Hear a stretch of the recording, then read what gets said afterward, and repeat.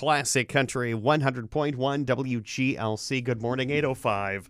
On your Sunday, it is Music and Stuff. I am Charles, joined in studio by a guest I've been trying to get into this very room for almost a decade. The one, the only author, journalist, photographer, Steve Stout. Good morning. Welcome. It is a great day to have you in the studio. Lots of things to talk about. And let's go back to the beginning. Now, you're known for lots of things, but you have an affinity for your childhood hometown, of course. Sure. I'm from Galesburg and home of Carl Sandburg. And it was really a amazing adventure to get here. I never thought I would be this long in LaSalle, Peru, in the Illinois Valley and Starved Rock Country. And some people said he outstayed your welcome. So, just so you know. That's too bad. Yeah, they haven't found out that I lived here. It's been 40-some years. In fact, I was on a radio station once, and I said that I was in the area. It was on my an anniversary, and they called me and said, "Well, Steve, you're new in the area." And I go, "It was my 35th anniversary of moving to town." Still wet behind the ears. I'm still the new kid. So let's talk about Galesburg and a little bit about Carl Sandburg, because apparently your paths crossed. Yes. I met Sandburg twice. Once I remember, he was signing books in Galesburg, and my mother took me as a baby in probably in 53. It's the Christmas of 52 or 53. And she held me in her arms, and there was a picture in the newspaper of me and Sandburg and my mother, and he signed a book for us. And the caption in the paper said, "Perhaps Steve will grow up to be an author like Carl." So that was like destined. It was not only was it a black and white photograph, which of course everything was in 53 anyway, but it was a black and white photograph of you as a child with your mother, with Carl Sandburg, in the Galesburg, and what's the name of the Galesburg newspaper? Yeah. What was the name of the paper? I think it might have been the Zephyr at the time. Okay. So you have that, and that is, it might have been the Galesburg Register Mail. I don't know which one. I just saw the clipping. And you were just a couple of months old. Yes. Yeah, and so it's so you didn't stray too far from that at all. Yeah, I mean, really, I was totally impressed when I finally found out who Sandburg was. Years and years later, that my mom took me to meet him. Yeah. So since you were a few months old, you had ink smudged on your fingers, as it were. Well, that's the way I felt like it, because it was amazing. And then a few years later, when I was 5 or 6, he planted a tree at Lombard, which was to become my junior high in town. And my mom, again, loaded up some of the neighborhood kids, myself and my brother, and we went out, and she pushed her way through the crowds and once again got up to Sandburg, threw us in his arms, basically.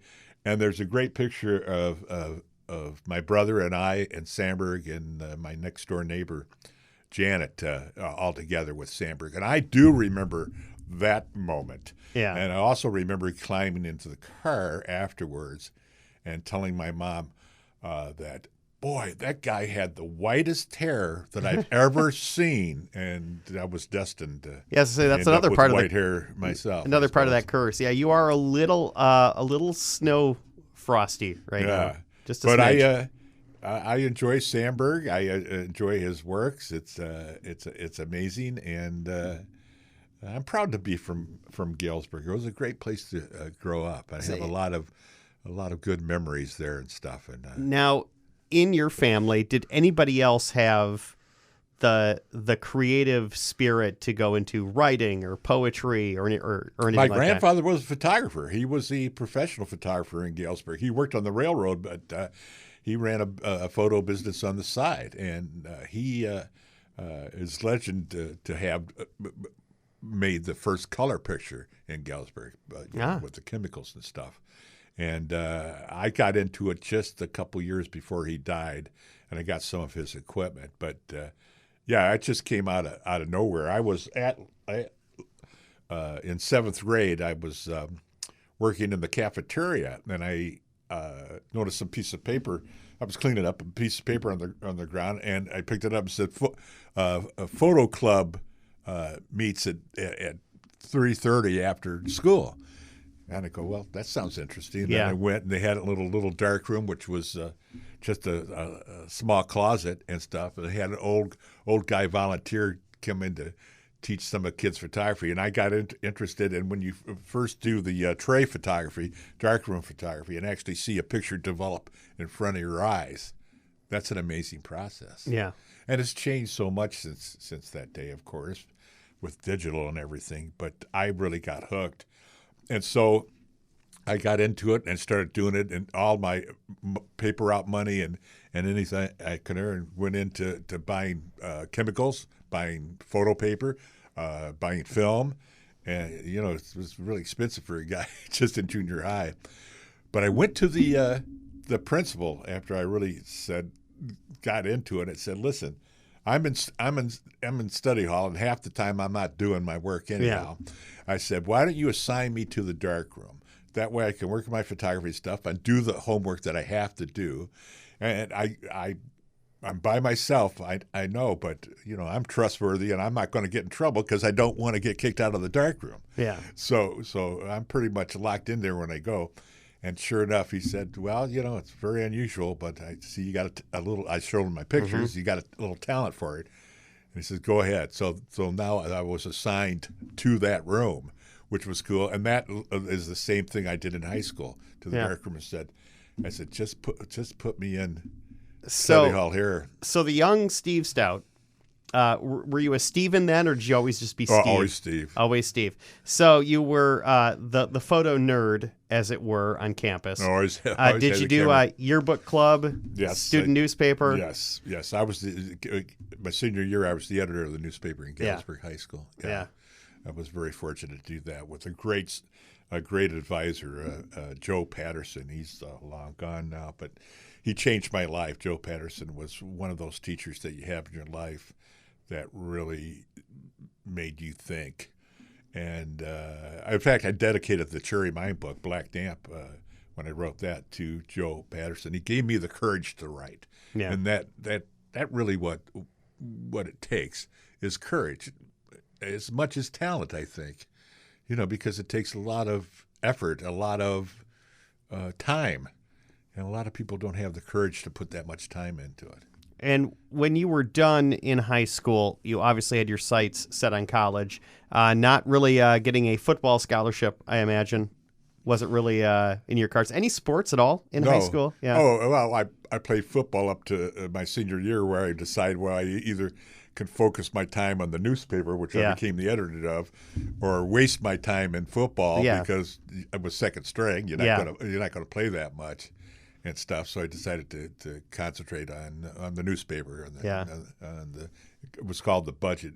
I was very proud of that too. And it was, it's quite a big deal to be your editor of your student newspaper. So about how big was the enrollment at Galesburg High School at that time? No, it was probably about 12.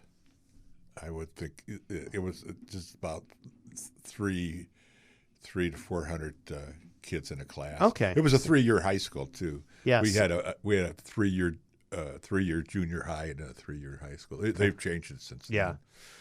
And then, so after high school, you graduated and you had your sights set on college. Yes. What was did you go to the school you wanted to, or did you go to the school that accepted you, or did you just show up on campus and Actually, I was a snot-nosed photographer, so I didn't really feel I had to go to college that much. And a lot of people put a lot of good pressure on me to go and stuff. And to answer your question, I was good friends with my buddy in high school, and Mike Perez is his name, and we're still friends. But we were really close and stuff. And he decided to go to Illinois State University, and I go, well, that sounds good, Mike. I'll go with you. And that's basically what happened, because I didn't. So I went down. Before I got accepted to ISU and went to ISU, the Galesburg Register Mail had come to the high school and was looking for a young person, a kid, to work on photography with the only professional photographer they had there. and I got the job, and so I was working, summers and weekends for the Galesburg paper, which was quite cool because Yeah. because I had access to a brilliant darkroom. I mean, design darkroom, And you know the people in the events, so I mean everything is pretty easy to get done there. It was pretty easy, and I was known as a nuts and bolts photographer. I mean, there's other people I thought were more creative from me, but quite often they never came back with a picture. Yeah. So people used to send me out because they know that I'd come back with a photograph. And this would have been what, the mid 60s? Yeah, 68, 69. Late 60s. Yeah, and that. So I went to school. This is one of my favorite stories. So the summer before I started as a freshman at Illinois State University, I went down there and talked to the news and publication department. And I took all my stuff, my portfolio and stuff, went down there and said, listen, I want to apply. They had yearbooks at the time, and they had newspaper, and they had a news and publication, department taking pictures for sports and everything. I said, I want to get on this because my photography friend of mine taught me that the secret of photography gets somebody else to pay for your film. Yeah. And that is, back then, that was. So I was just looking for darkroom facilities and access to free film. And so I was there with the guy. The interview was going good and stuff. And I said, I brought my high school yearbook, which I'm very proud of. I wanted to show you because it just came out about 3 or 4 months earlier. And he goes, oh, I got one. And he turns around and he had a copy of my yearbook and a pile of stuff on his desk. And he says the yearbook the yearbook company, the publishing company, brought your yearbook in as a sample to get our business. Wow. So that was pretty cool. I was beaming. There you go. And of course, that yearbook company didn't pay you at all for that. No. That's the other part of it. So he says, well, looks pretty good, Steve. I think I'm going to give you the job, and I'm afraid we can only pay you minimum wage, $1.60 an hour. And I go, you mean I get paid for this job? I'll say, yeah, fantastic. Paid for the job? Things are looking up. Yeah. I mean, I just thought it was just like high school stuff. We'll take a break. We'll be back. More of our conversation with Steve Stout after this. Some music, too, including some songs about the great state of Illinois. All here on Music and Stuff on Classic Country 100.1 WGLC.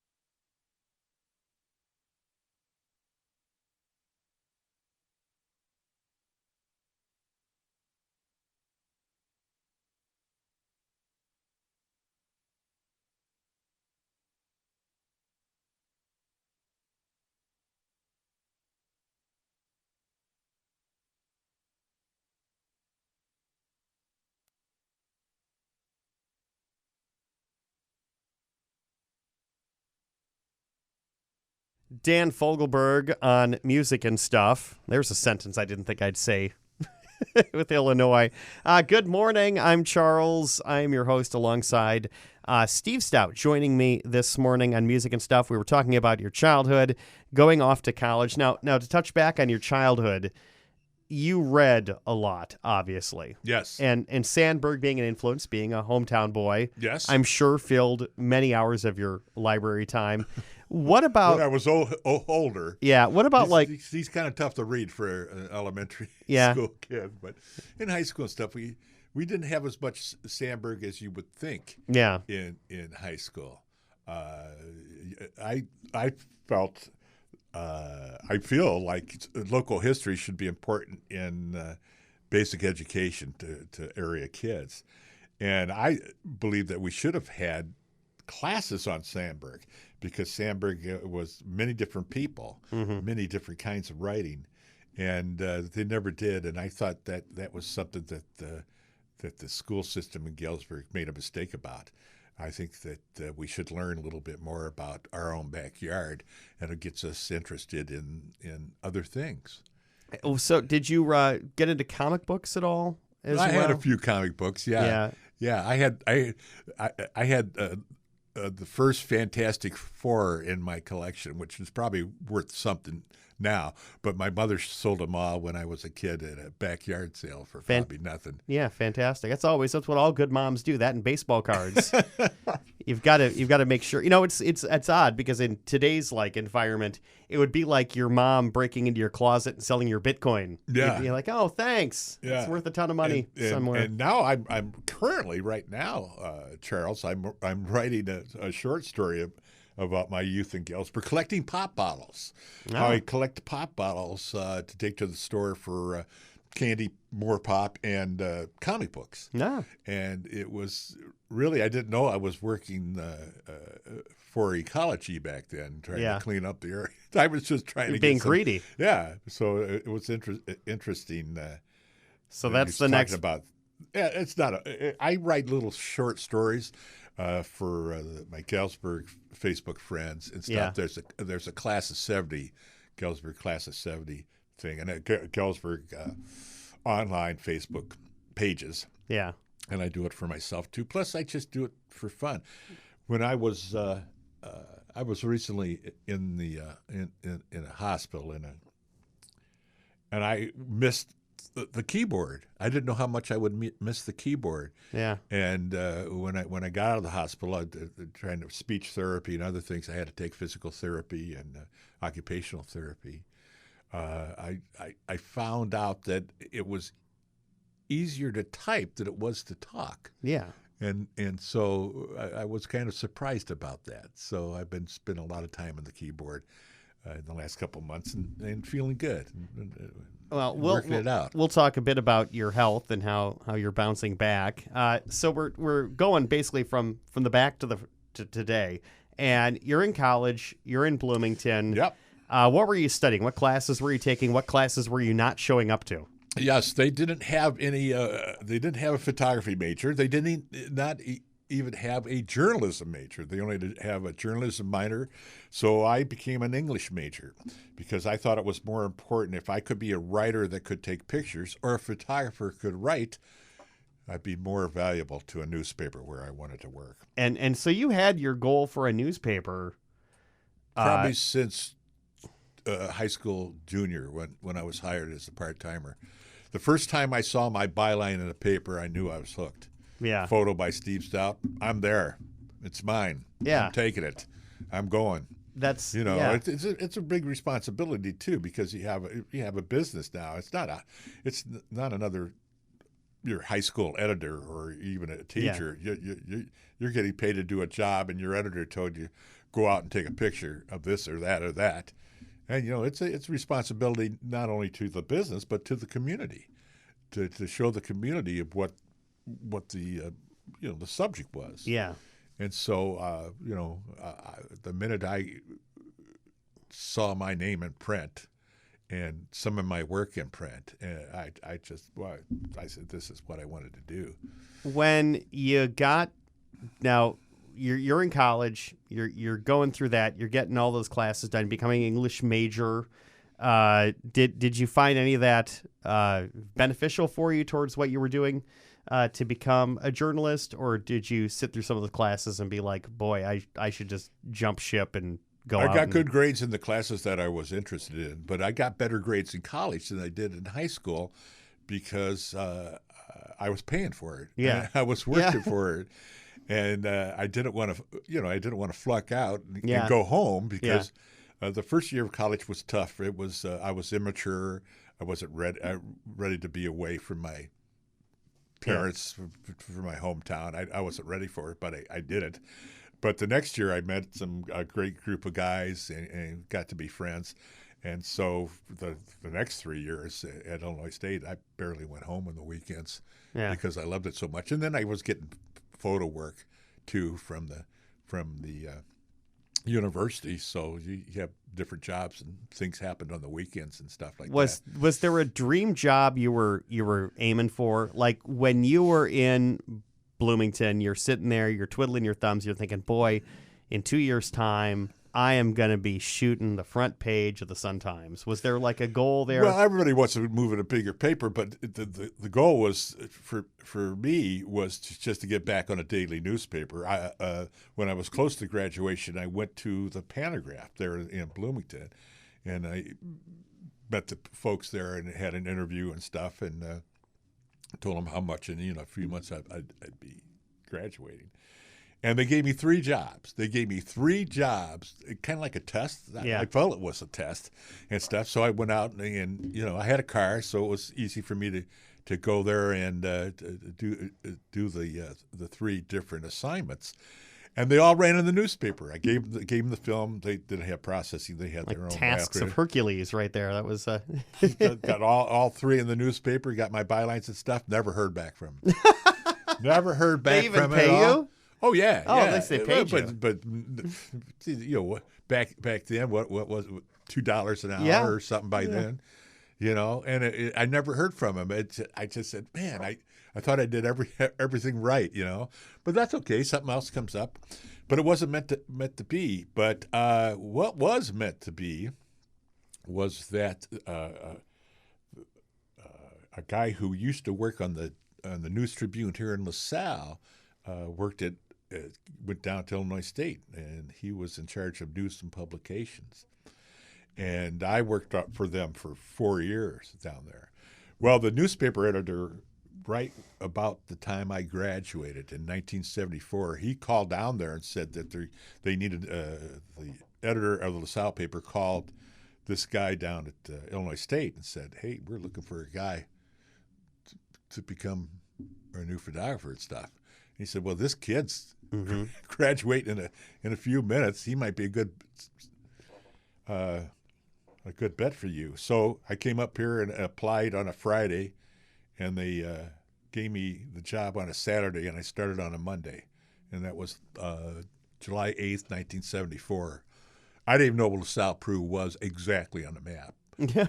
We played you guys, I think, in basketball once back in the 60s. And I didn't even know where it was. Wandered up 51 and hoped for the best. I've heard of Starved Rock, but I never knew about it. Yeah, just knew the name because it was so unusual. So I rolled into town and thought, well, I could get this. This is a nice place to work, daily newspaper, and it was a lot of people were friendly. The town was about the same. LaSalle, Peru, and the community, Spring Valley, Oglesby, all together. It was about the same like Galesburg. Had a lot of Galesburg. It was much wilder than Galesburg. Yeah. We in Galesburg we didn't have a church or a tavern on every corner. Yeah. Like they do around here when they moved to town. And some towns swing the lever one way or the other too. Yeah, and we actually had ice cream at our ice cream socials, and we didn't have beer and stuff. But moving up here was quite a shock to me. And I said, well, I thought I'd stay a year or two, Yeah. And as you see, I said 1974, I moved Yeah. to town. And it didn't take me long to fall in love with the place. I mean, we Yeah. got the parks, we got the river, we got the good people, we got the strange and wonderful people. We got the access to two major airports, Yeah. and Chicago is just a skip away. You got the train service. I mean, this got everything here. I Yeah. mean, it really is. I can see where the kids grow up and want to move away, and then also when I got interested in the history of the area, we have such a rich and diverse history Yeah. of things happened right here in our own backyard that changed the world. Yeah. That changed things right in our own backyard. And people that have celebrities that have come through the area, so to speak, and historical figures that have been through the area and did influential things in the area. People don't seem to realize the number of people who have stayed at hotels in Ottawa or people who were at rallies and whatnot. There's been a lot of things that happened in LaSalle County and in the region. Well, I'm sure there's a lot of famous people who visit the parks too, Yeah. without us knowledge. Yeah. Just come and go. But like Jane Lynch, do you know Yeah. that actress? Yeah. She does commercials for Star Rock and Yeah. stuff. She was out the Rock. I would have loved to meet her. I'm a big fan of her.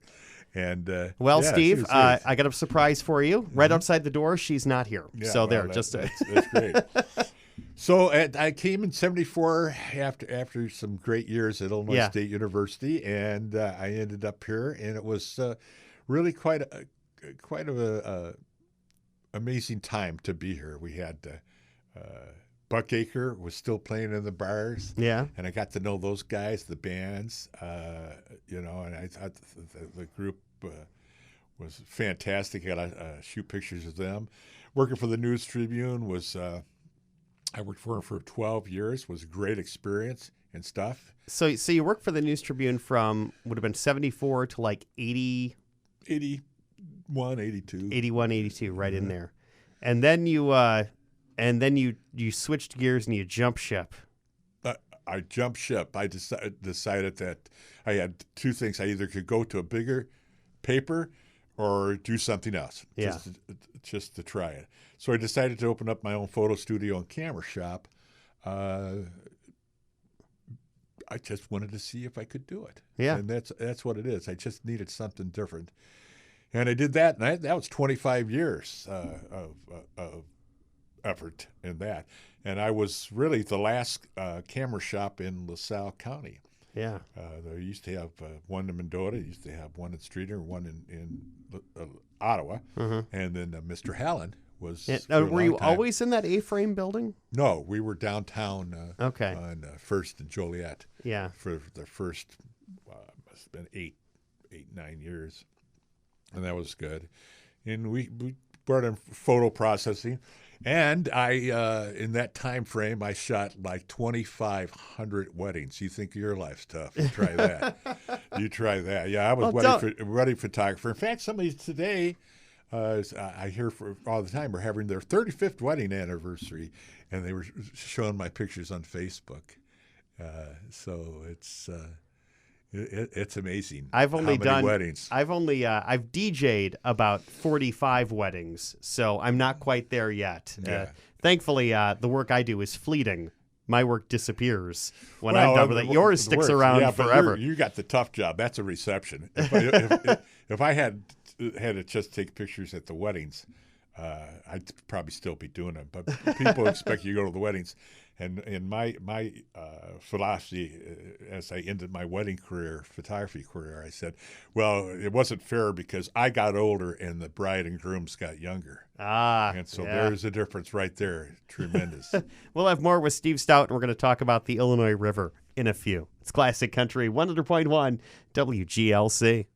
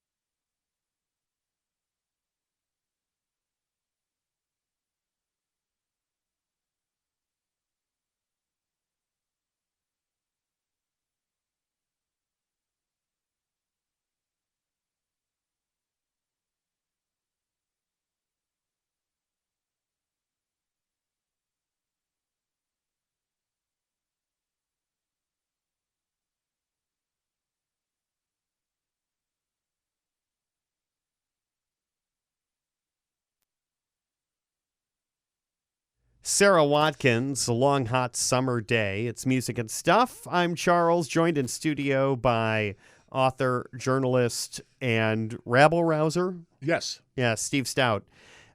So we've been talking about you coming to the area, getting a job in the area, talking about photography, and as Sarah Watkins sang there, A Long Day on the Illinois River. When was the first time you came to the area and you realized the river, the attractions, everything meant something not only to you, but to the people in the area?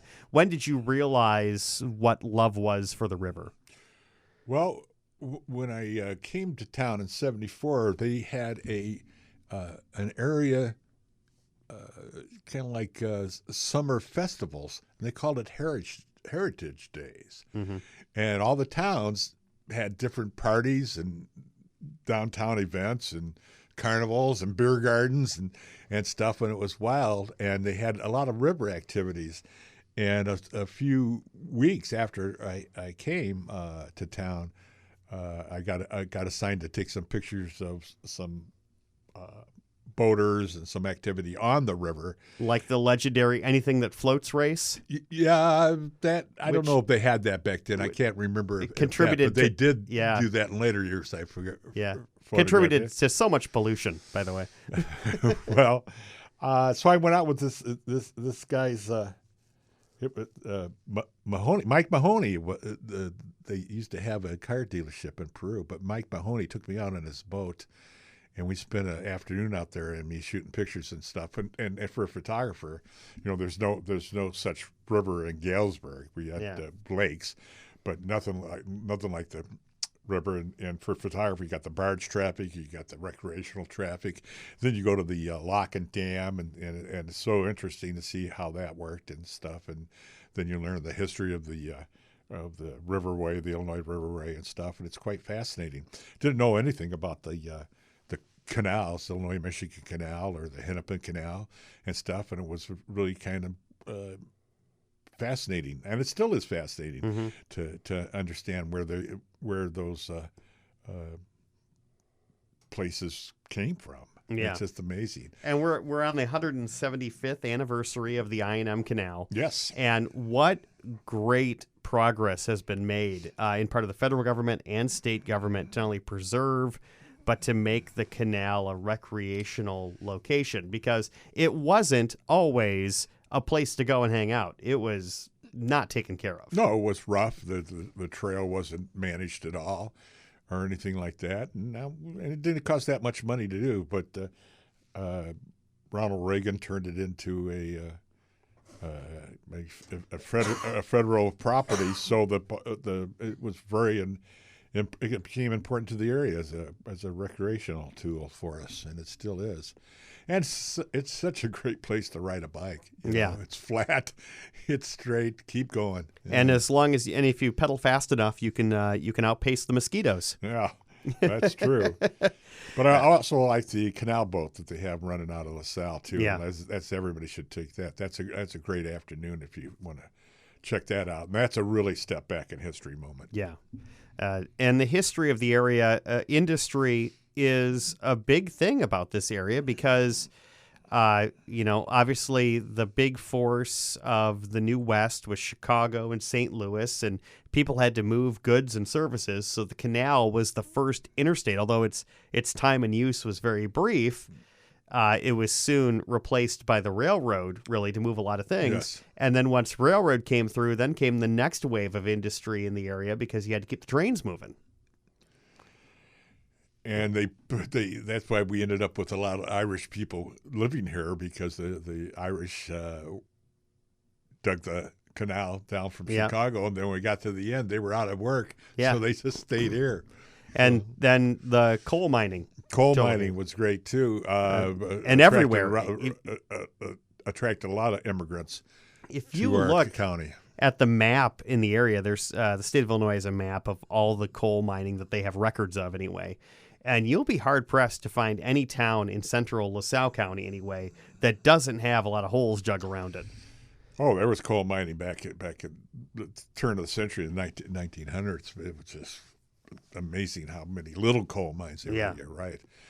But I got interested in a coal mine when I found out that there was 259 men and boys killed in a coal mine accident in Cherry, and I was really astounded at that. I was here a few years before I heard that story, and I was just amazed as I researched that story out. And that it ultimately became the subject for my first book. It was called Black Damp: The Story of the Cherry Mine Disaster, and its examination of that horrible day in Cherry where 259 men and boys lost their lives in a coal mine fire. And it's so hard to fathom that there were, in this era, where there were children working in that dangerous of an environment, and that so many things went wrong in a row that cost them their lives. And it's mind-boggling, and you touch on it, obviously, in your book about, you know, the events that occurred and what the people did to try to be heroic, and as many people as they did save. The impact of Cherry, and you've said this many times other places, the impact of Cherry is far more reaching than the lives and the families of those that were lost. Absolutely. Absolutely. The regulations that derived from that disaster really changed the face of coal mining, not only in the United States, but around the world. It just made mining safer. And there was some common sense things that all the mines should have been using at the time, and they weren't. And even the electrical power, the Cherry mine had was one of the first to have electrical power down in the mine, but the power had shorted out a few days before that fire started, and they still went back to work. Yeah. They went back to work with the open flames, just like they were used to, and like some of the other mines around here that didn't have electricity yet. So there was no unions to say, hey, this is unsafe environment here. This is unsafe working conditions. Nothing like that. And these people, if they didn't go to mine coal, they didn't get paid. And it was as much of an impact in the mining industry as a couple of infamous fires were to the garment industry. Yes, same thing. Just workplaces where safety was second to everything. Yep. And the Triangle Shirt Fire, yeah. I think you're thinking about that too. I read and studied a little bit of that because it's another workplace accident that needs to be remembered. How's that? That's a good way to put it. And if you've never been to Cherry to see the museum, you do have to go. They have a scale model there of sort of what the mine looked like in its heyday, with all the equipment and the buildings and everything else. Plus, depending on how brave of a soul you are, their photo galleries they have in there are heart-wrenching and horrifying. And then when you're up there, also walk through the cemetery. It's an amazing place. They have a great monument dedicated to the memory of the Cherry Mine disaster. And look at the tombstones, and look close at the tombstones. That's what I did when I first started researching the Cherry Mine disaster. I went up there and walked among the tombstones, and it's really an eerie place because a lot of them have the same death date. Yeah. November 13th, 1999, over and over and over. And now you look even closer at them, and you can see how many children were killed. You can see how many 8, 9, 10, 11, 12-year-olds died in this disaster along with the adults. It's just an amazing thing. 500 people went to work that day. It was a Saturday morning, and 259 of them never came home. Yeah, and a few came home a couple days later. 8 days later, 21 men were found alive in the mine. They had sealed themselves off at the end of the mine, away from the fire and the smoke. But the amazing part to their story, they sat 8 days in total darkness. Oh boy. 500 feet below the surface, probably about a mile away from the main exit, and nobody knew they were there, and they waited for help. 4 of the strongest, after 8 days, they realized they were going to die in that hole unless they tried to get out, and they crawled out toward the main gangway, and they came along a work crew that was down just trying to clean up, and the miners found alive word went up the shafts and brought the whole town of Cherry once again to the company yard. Imagine how there was almost 300 people missing at the time. Imagine how heartbreak must have set in again when they realized that the number found alive were only 21. It is Music and Stuff. Steve Stout joining us. We'll take a quick break, come back. We'll have music about the Cherry Mine disaster after this on WGLC.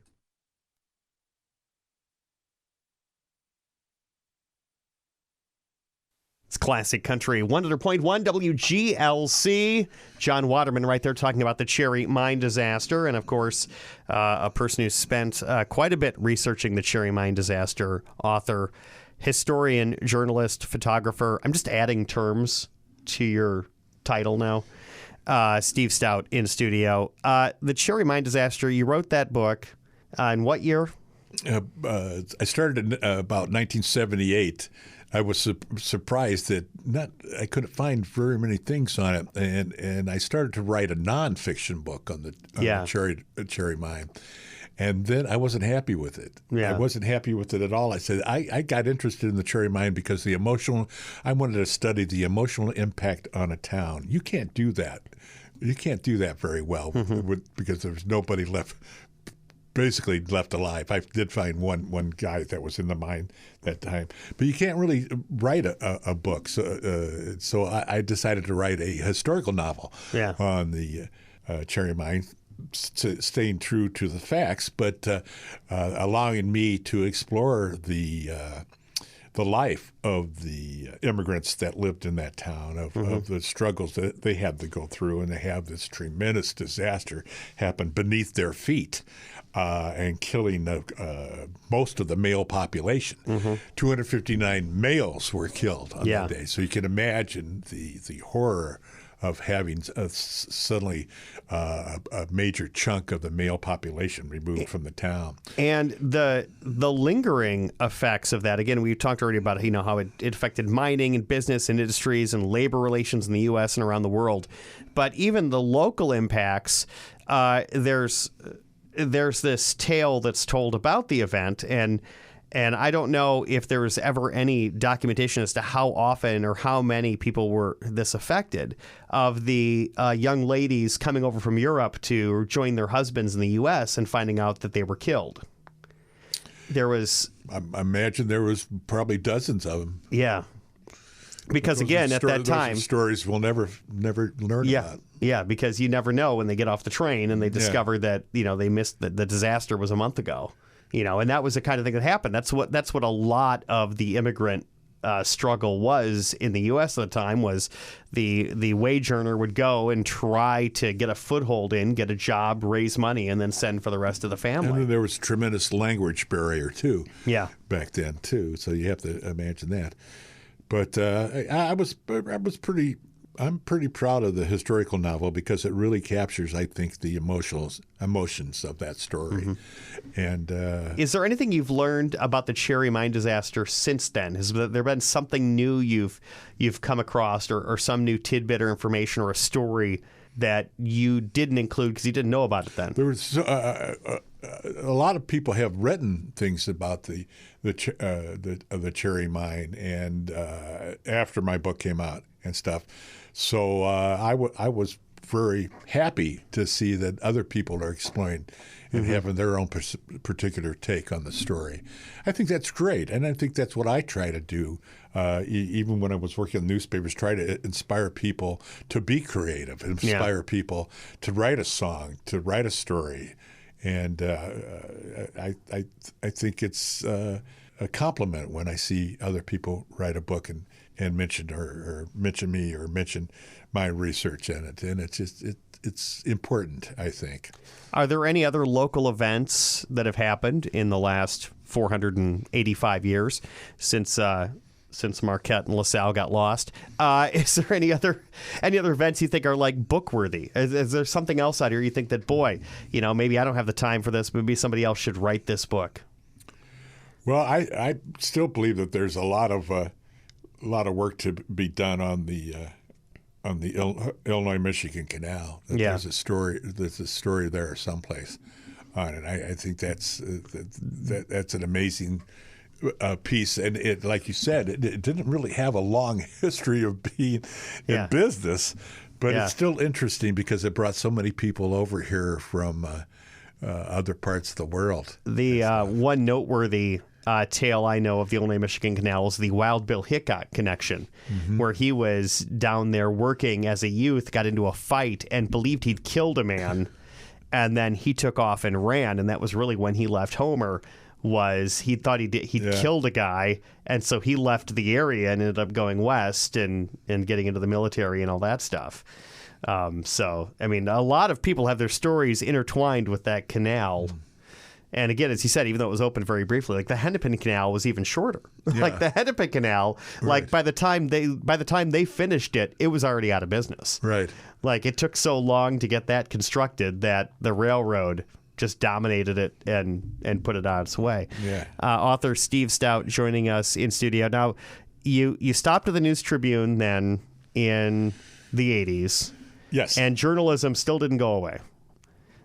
No, I was interested in. I became interested in the Starved Rock murders. I was amazed when I looked up that story about the massive amount of publicity that crime generated, and I also was amazed that nobody ever put the story together in one place, start to finish. Yeah. How is this possible? That nobody came along before I did. It led the headlines in the Chicago papers for weeks upon around weeks. the world, not just Chicago paper. It was front page news around the planet for a certain time. And so then you get that book. What year did that book come out? Let's see, 88. 88. Yeah, 88, 89. And so that was your second book then, right? Yes. And then third book. What's the third book, if you want to call it a third book? That's Starved Rock Stories. Yeah. It came out. It was what I call a Reader's Digest version of historical events. I just picked out the main historical events of Starved Rock Country, Illinois Valley, whatever you want to call it, and how important those stories were to the area. We are going to go to a song right now. And we're going to talk about musicians here because something that I want to bring up is you've had contact with lots of different musicians. Yes. And we'll get into that.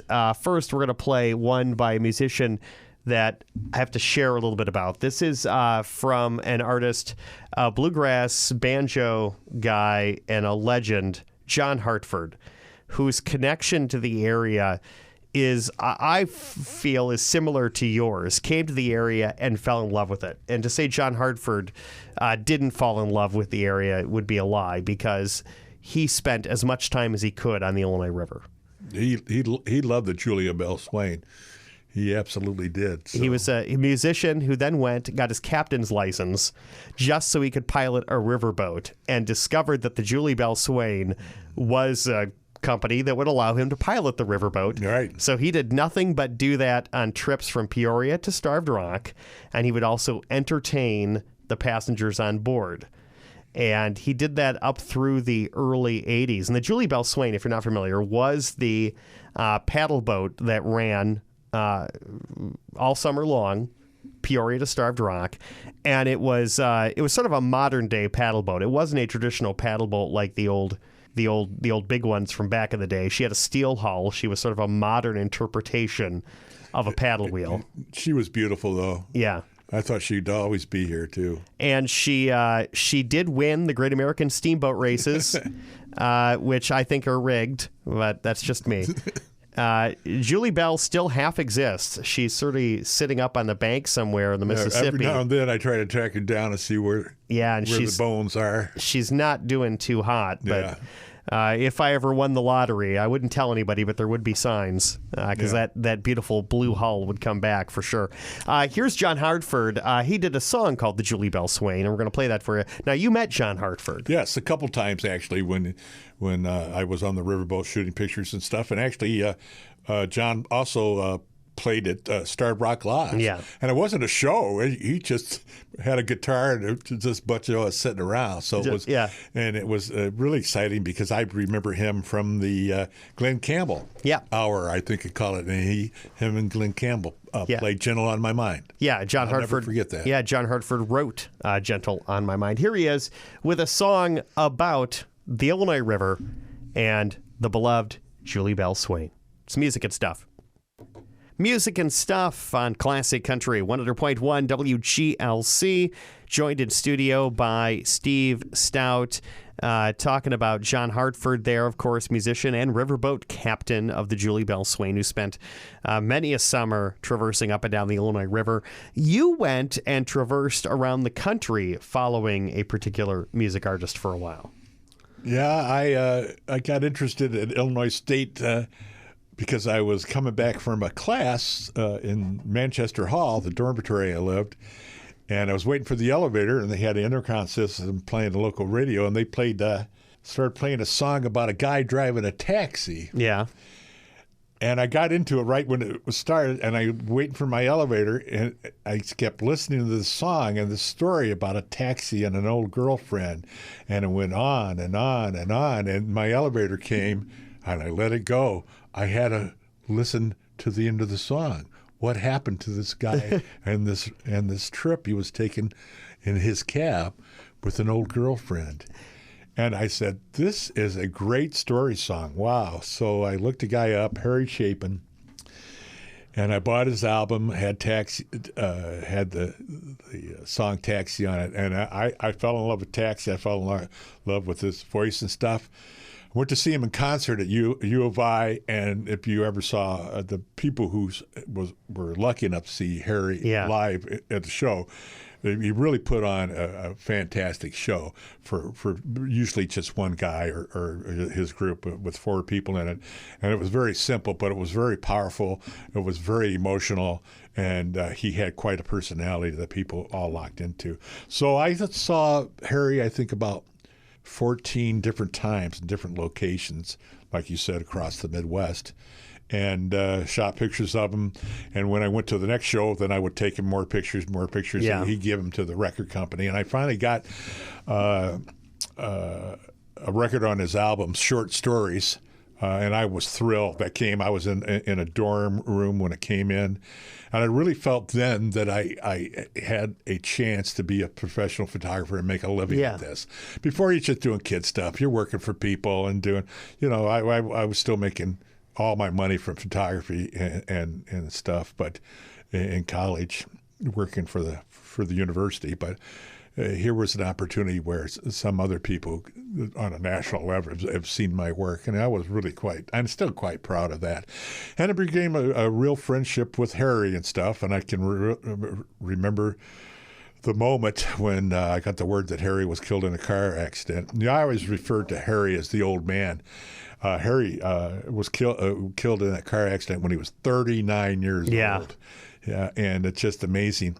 And in the last few years, since he started to come back in popularity to somewhat, especially around New Jersey and near his hometown, that I've become friends with his son, Jason Chapin, and we talk to each other all the time. Jason and another friend sent me some bottles of wine, Harry Chapin wine. Oh, there you go. That they had, and it has one of my pictures on the label. So I was quite thrilled about it, and stuff like that. And they are putting a big push now to get Harry on a postage stamp. You have to be dead to be on a postage stamp. Hold on a second. If they're going to put him on a postage stamp, they have to use a rendition or a view of him. You caught on fast. Yeah, I would love to have one of my images be put on a postage stamp, and I'm lobbying hard for that by sending all the right people the pictures and stuff. Well, nobody's licked Steve Stout yet, but they could potentially. Well, there's a lot of pictures of Harry out there, but Harry, they're celebrating his 80th birthday if he was still alive this year, and there's a lot of shows, and his brother Tom, who's relatively famous especially in the the bluegrass world, doing a lot of shows, and they're doing Harry shows all over the place and stuff. And I'm just proud to be a little small part of that and send the pictures in because I just enjoyed his music. Now here he is right now. We're going to play Taxi for you. That's where it all began. Here it is. So you can, if you're at home or in your car, just imagine young Steve Stout holding an elevator, waiting for this song to end. It's Music and Stuff on WGLC. Music and Stuff on Classic Country 100.1 WGLC. Good morning. Temperatures already into the 70s today. Going to be a nice one in between the thunderstorms, of course. In studio joining us this morning, author, journalist, photographer, let's see, what else do I have to say? Researcher, groupie. I keep adding titles to you. That's right. Yeah. Yeah. In studio talking about his life, his career. When did you finally decide to retire? And I don't mean that in necessarily a mean way, because you still haven't retired. You are still going at it. But when did you decide that the day-to-day grind of things has to take a step back? Well, I just thought it was time for me to move on. I worked 12 years for the LaSalle Peru newspaper, the News Tribune. Then I did 25 years for the Starbuck Camera Company, where it was a photo studio and a camera shop in LaSalle. And then I got a job at as a reporter, not even a photographer, at the Times in Ottawa, and I worked there for about 10 years too. So I was about 68 years old at the time I retired and stuff, and I just thought, well, I think I'm old enough, had enough time of chasing brides and chasing ambulances and chasing fire engines and chasing things. It's about time to let somebody else do it, and I decided that I was pretty frugal with my money, and my wife was very smart with investing our money and stuff like that. So we're fine. Why don't we take it easy, have some fun, and I can still take pictures. I can still, but it's loving the area. When I first moved to the town and brought my wife to town, I said, we're not going to live here all the time. We're going to move on. I'm going to get a job at a bigger newspaper or another town. We're not going to, but we fell in love with the area. We fell in love with the park. Fell in love with Utica. It was great, and it was a great place to raise my daughter Haley and stuff, and why move? Why move? We've talked about the historical events in the area that you've written about, and there have been other historical things that happened in the area that haven't been written about yet. But there's certainly been things that have occurred in your lifetime here covering stuff in the area between your time at the News Tribune and the Ottawa Daily Times. Are there any stories or things that have occurred while you've been in the area that you think are, boy, that could be the next book? That's the next thing that needs to be expanded on. People need to know more about this. It's odd that you said that, because it's not really a story or an event, but it's a place. I've been attracted recently to the Great Hall at Starbuck Lodge, and it's absolutely a magnificent place. Yeah. And people really don't spend enough time there to understand that. When I was writing a few years ago, I used to go out to the park at night. And I even went out there before I knew the lodge before they had TVs in the rooms. They only had one TV out in the lobby. Well, I could go out there on a Tuesday, Wednesday night. They didn't have much going on. The room was mine. Yeah. By myself in that huge room. I knew where the light switches are in that place. Turn them off. Sit there by the fire. If you can't get inspired in that place, it's unbelievable. And the room kind of speaks to me. It kind of has a story to tell, and I'm trying to figure out how to tell it. And it's an interesting place because. You walk in there and people take it for granted. People take the park, townies here take it for granted. We love the park, of course, and we've been to the lodge, of course. But it just sit there and look at the walls and the ceiling and the twin fireplaces, and I think there's something here, in that room, and I just have to find it, and I'll be looking for that in the next few months or years, and sitting out there, and because it's just. It's so full of life in the daytime with the hikers and the people who stay there and the visitors to the Starbuck Lodge and the diners at the lodge, and then at night it becomes a completely different place Yeah. quiet, silent. And then on the weekends, there's been wedding receptions. Yeah, it's and, madness. It's and madness. you don't know what happened at conventions and Right.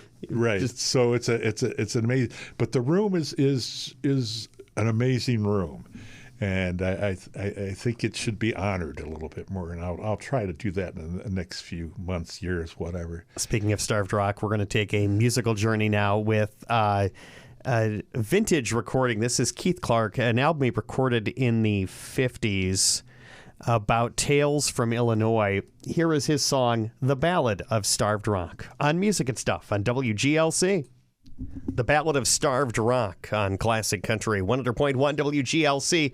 In studio, historian, journalist, photographer, groupie, retiree, cheerleader for Starved Rock, Steve Stout. Absolutely. I'm going to run out of titles here to give you. I like this. Keep going. Yeah. Let's talk about what set you back, because you had an incident earlier this year, or actually late last year, I guess, really. Yeah, it was Christmas Eve. Yeah. That I fell. I was getting ready to go out and shovel. A lot of people thought I fell from shoveling. I didn't. I was in a closet getting some gloves out. You know what? No, go back to it was shoveling, because it sounds much. Yeah, I know. Sounds I better. want a better story. I was getting gloves for shoveling, and we had a broomstick fall out of the closet, and I didn't know it. I tripped over it, and I fell square in the back of my head. And my wife came running in out of another room and said, "What happened?" I said, "I think I jumbled my brains. I didn't know how right I was with my the diagnosis here." So I got up off the floor, off the ground, and went out and shoveled. I got the shoveling done there, Charles. That's it. That's the important part. But the next day I came up with tremendous headaches, and I was getting sick to my stomach, and I knew it was something serious, and went into the hospital at St. Margaret's, and that started to probably over a month long ordeal for me, where I had brain bleed on my head, and it took a lot of work and a lot of medical science to put me right again. Mm-hmm. And so it was amazing, and it really was a wake-up call for people out there who are on blood thinners. And that's where my problem came from, because I've fallen before many a times, and I probably could have fallen on this one too. But with the blood thinners, it just makes my blood and makes people's blood so thin that any kind of cut, accident, something can cause you great problems. And that's what happened to me.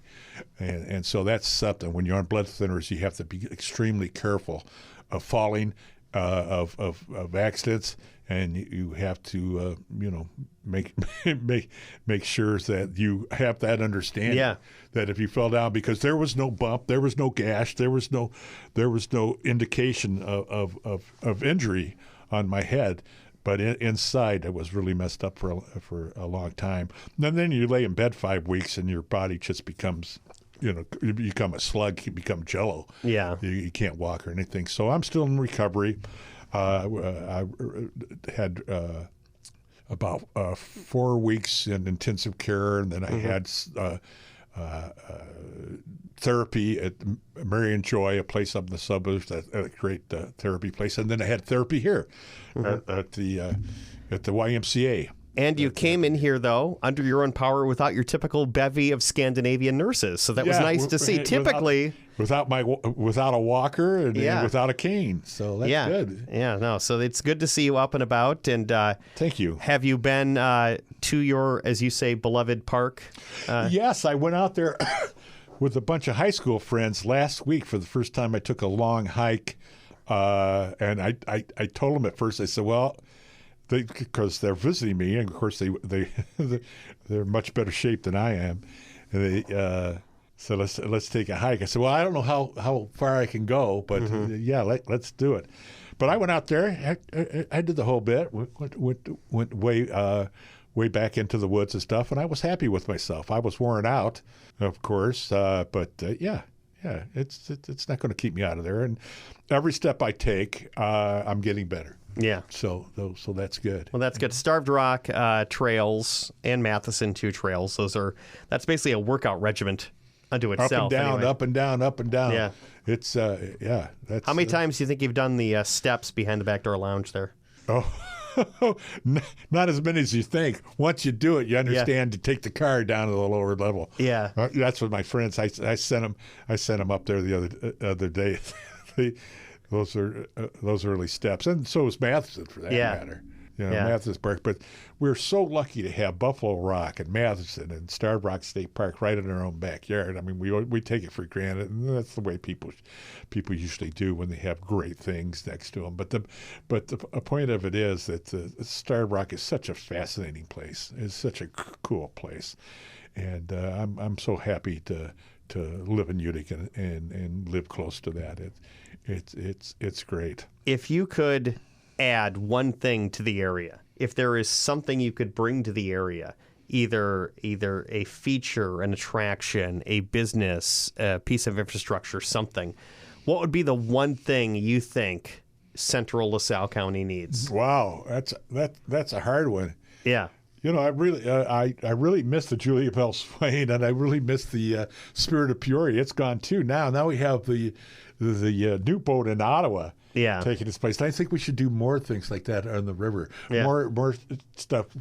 Utica has never really taken advantage, and they're beginning to now with the outdoor dining and stuff, of the visitors that travel through that city in the warm months. It's unbelievable. Now, do you think it's because they have a fear of the river for as many times as it's come and knocked on their doorstep?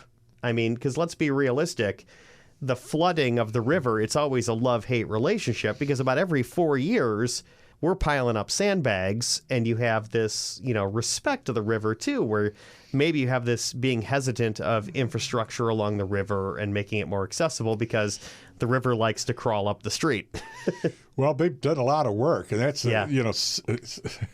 Senator Resin has done a lot of work on the river flooding, and Ottawa has won awards, national awards for their work in floodplain work. So there's things that we can do to take care of, but the river is always going to be there.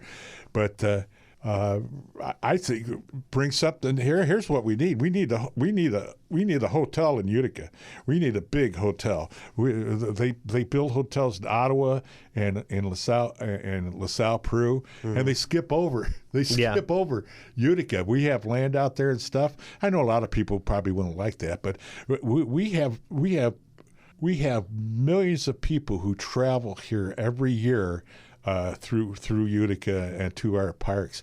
We need to slow them down. We need to stop them. We need to give them more to stay overnight. We need the overnight. We should be the Galena of the Midwest and of North Central Illinois. We're not, but we could be if we wanted to try. We'll be back with parting thoughts with Steve Stout and also a song that he helped write. It's all on the way in WGLC. Music and Stuff on Classic Country WGLC. I'm Charles Van Horn alongside Steve Stout, and that's going to close out the program today, talking about your childhood, area lore, and some music all about Illinois and, of course, Starved Rock Country.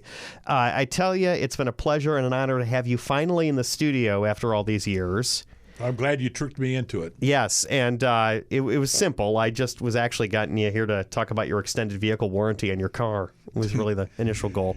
Before we get out of here, we do have one song we're going to play. It's called Crossing Paths, and you had a hand in it. Yeah, I wrote it with some of the guys that used to be in the Buckacre Band. We put together a CD called Crossing Paths at Starved Rock. This is the title song from that CD. And it's just a little project that I wanted to hear a song that I helped write. That's what I wanted to do, and that's what happened. It was great. Thank you so much for joining us. Steve Stout, author, journalist, photographer, groupie, cheerleader, and singer-songwriter. There's more. Thanks, Charles. I appreciate it. One day I hope to have as many titles as you. Thank you. Here's Crossing Paths.